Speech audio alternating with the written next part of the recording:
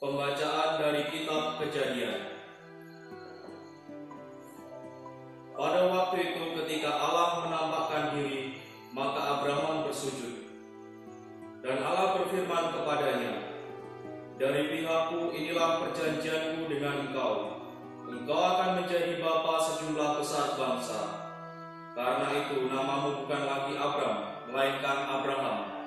Karena engkau telah kutetapkan menjadi bapa sejumlah besar bangsa." Inilah Injil Tuhan kita Yesus Kristus menurut Yohanes. Sekali peristiwa, Yesus berkata kepada orang-orang Yahudi, "Aku berkata kepadamu, sungguh, barang siapa menuruti firman-Ku, ia tidak akan mengalami maut sampai selama-lamanya." Kata orang-orang Yahudi itu kepada Yesus, "Sekarang kami tahu bahwa engkau kerasukan setan, sebab Abraham telah mati dan demikian juga nabi-nabi.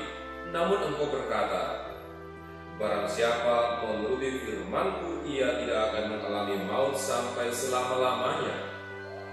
Saudara-saudari yang terkasih, ketidakmampuan seseorang untuk memahami perkataan orang lain itu disebabkan karena orang itu tidak dapat berpikir dengan cara pikir orang tersebut.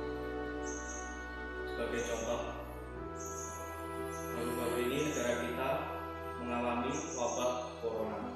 Pemerintah sudah menyerukan untuk melakukan physical distancing, menjaga jarak untuk tetap di rumah saja.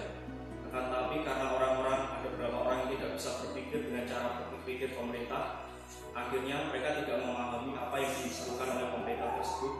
Alhasil, ketika wabah corona, banyak yang keluyuran, banyak yang pelesiran pergi ke luar negeri, sehingga akhirnya korban positif corona pun bertambah.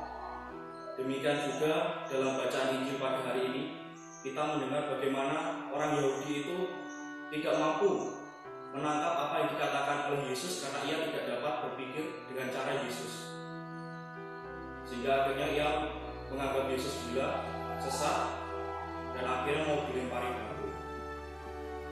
Saudara-saudara yang terkasih, melalui bacaan pertama kita diajak untuk menjadi seperti tokoh iman yang sungguh luar biasa, yaitu Bapak Abraham.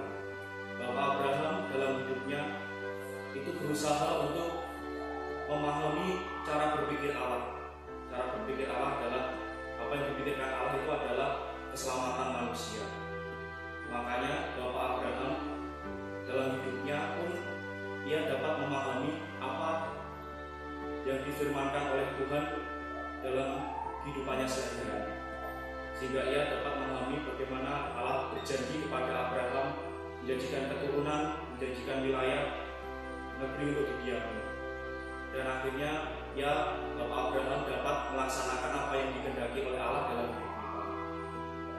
Melalui bacaan-bacaan yang kita dengar pada hari ini, marilah kita sebagai orang beriman diajak untuk berusaha untuk memahami, berusaha untuk berpikir dengan cara pikir Allah, sehingga pada akhirnya kita dapat memahami apa yang disabdakan oleh Tuhan dalam hidup kita, dan pada akhirnya kita dapat melaksanakan apa yang dikehendaki oleh Tuhan dalam hidup kita sehari-hari.